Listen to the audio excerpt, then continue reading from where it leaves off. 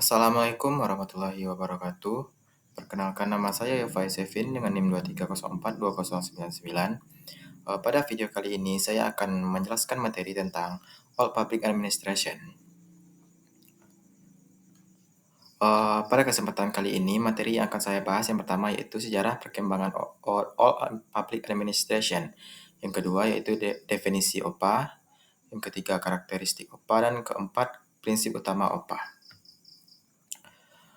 Sebelum kita lanjut ke pembahasan materi, administrasi publik dapat diartikan sebagai proses penataan dan pengelolaan sumber daya dalam rangka mencapai tujuan publik yang telah ditetapkan oleh pemerintah. Ini melibatkan berbagai elemen seperti perencanaan kebijakan, penyampaian layanan, dan pengawasan terhadap efektivitas program-program tersebut. Beberapa pengertian administrasi publik menurut ahli. Yang pertama yaitu Woodrow Wilson. Wilson yang dikenal sebagai Bapak Administrasi Publik menyatakan bahwa administrasi publik adalah ilmu yang berfokus pada cara untuk menerapkan kebijakan pemerintahan. Ia menekankan perlunya pemisahan antara politik dan administrasi untuk mencapai efisiensi dalam pelayanan publik. Selanjutnya yaitu Max Weber. Weber mendefinisikan administrasi publik dalam konteks birokrasi yaitu sebagai sistem organisasi yang memiliki struktur interaktif dan diatur oleh norma-norma dan prosedur yang jelas. Selanjutnya yaitu Herbert Simon.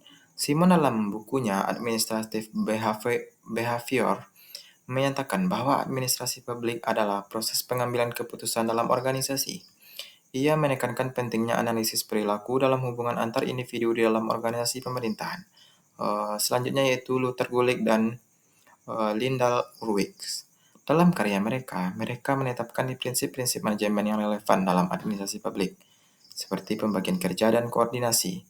Mereka menekankan bahwa administrasi publik bertujuan untuk mencapai efisiensi dalam penggunaan metode ilmiah dalam manajemen. Baiklah, kita akan masuk ke materi yang pertama yaitu sejarah perkembangan All Public Administration. Perkembangan sejarah All Public Administration atau OPA dimulai sekitar tahun 1885 dan berlangsung hingga akhir tahun 1980-an. OPA sendiri berfokus pada prinsip-prinsip manajemen ilmiah yang diperkenalkan oleh Frederick W. Taylor dan manajemen klasik yang dikenal sebagai akronim POSCOP dan Luther Gulick. OPA menekankan efisiensi dalam administrasi negara, di mana semua sumber daya, material, mesin, money, metode, dan market harus digunakan secara optimal untuk mencapai tujuan efisiensi.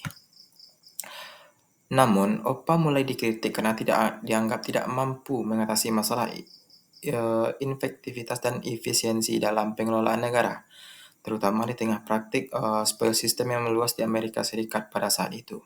Kritik ini mendorong munculnya paradigma baru yaitu Neo Public Management atau NPM yang berusaha mengadopsi prinsip-prinsip dari sektor privat ke dalam organisasi publik. Dengan demikian, OPA dianggap kaku dan sentralistik dan perlu digantikan oleh pendekatan yang lebih fleksibel dan responsif terhadap kebutuhan masyarakat. Selanjutnya yaitu materi yang kedua tentang definisi All Public Administration. All Public Administration adalah paradigma dalam administrasi publik yang berkembang dari sekitar tahun 1885 hingga akhir 1980-an. OPA berfokus pada pemisahan antara politik dan administrasi, sebagaimana diusulkan oleh Henry, yang menekankan bahwa politik dan administrasi adalah dua entitas yang berbeda. Dalam OPA, administrasi negara harus berorientasi pada efisiensi dengan semua sumber daya yang digunakan secara optimal untuk mencapai tujuan pelayanan publik. Materi yang ketiga yaitu tentang karakteristik public administration. Menurut Den Hart dan Den Hart menguraikan karakteristik OPA sebagai berikut. Yang pertama yaitu fokus utama adalah penyediaan pelayanan publik melalui organisasi atau badan pemerintahan. Yang kedua itu kebijakan publik dan administrasi negara dipahami sebagai penataan dan implementasi kebijakan yang berfokus pada satu cara atau on a single kebijakan publik dan administrasi negara sebagai tujuan yang bersifat politik. Yang selanjutnya itu administrasi publik memainkan peran yang terbatas dalam perumusan kebijakan publik dan pemerintahan. Mereka hanya bertanggung jawab untuk mengimplementasikan kebijakan publik. Yang selanjutnya yaitu pelayanan publik harus digerakkan oleh administrator yang bertanggung jawab kepada pejabat politik. Yang kelima yaitu administrator bertanggung jawab kepada pimpinan pejabat politik. Dan yang keenam, program publik dilaksanakan melalui organisasi yang hierarkis dengan kontrol yang ketat oleh pimpinan organisasi. Selanjutnya yang ketujuh yaitu nilai pokok yang dikejar oleh organisasi publik adalah efisiensi dan rasionalitas. Yang kedelapan yaitu organisasi publik melaksanakan sistem tertutup sehingga keterlibatan warga negara dibatasi. Yang terakhir yaitu peranan administrator publik adalah melaksanakan prinsip-prinsip planning, organizing, staffing, directing, coordinating, dan reporting dan budgeting. Selanjutnya yaitu prinsip utama OPA. Yang pertama yaitu pemisahan politik dan administrasi. Yang kedua yaitu hierarki birokrasi. Yang ketiga spesialisasi dan pembagian kerja. Yang keempat rasionalitas dan objektivitas. Yang kelima efisiensi dan efektivitas. Dan yang keenam pelayanan publik yang netral.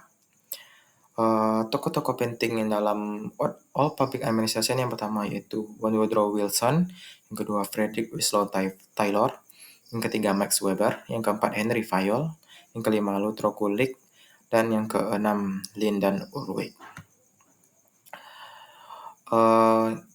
Pembahasan selanjutnya yaitu All Public Administration disebut juga administrasi negara klasik di mana OPA menyatakan bahwa bidang administrasi harus memiliki struktur agar tujuan lebih efisien dan tujuan pemerintahan adalah melaksanakan kebijakan dan memberi pelayanan yang dilaksanakan secara netral, profesional, dan lurus. Adapun ide-ide OPA sebagai berikut.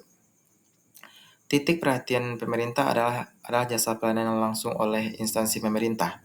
Yang kedua yaitu public policy dan administrasi berkaitan dengan merancang dan melaksanakan kebijakan. Yang ketiga yaitu administrasi publik memiliki peranan kecil dalam proses pembuatan kebijakan. Selanjutnya yang keempat, pelayanan oleh administrator bertanggung jawab pada pejabat politik yang diberi diskresi terbatas.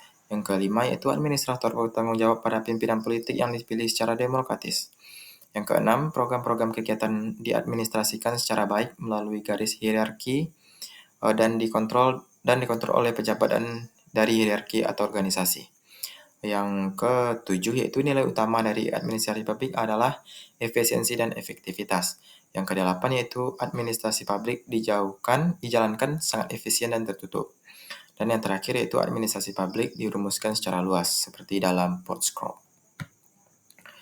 Kesimpulan dari materi saya kali ini yaitu OPA merupakan paradigma yang berfokus pada efisiensi dan pemisahan antara politik dan administrasi. OPA sendiri dipengaruhi oleh prinsip-prinsip manajemen ilmiah dan rasionalitas manusia administratif yang menekankan pentingnya kontrol birokratis dan kepatuhan terhadap petunjuk pelaksanaan yang kaku. Meskipun OPA memiliki kelebihan dalam hal efisiensi, kritik terhadapnya muncul karena kurangnya fleksibilitas dan kemampuan untuk merespon kompleksitas kebutuhan masyarakat. Baiklah, sekian pemaparan materi saya pada video kali ini. Saya akhiri. Wassalamualaikum warahmatullahi wabarakatuh.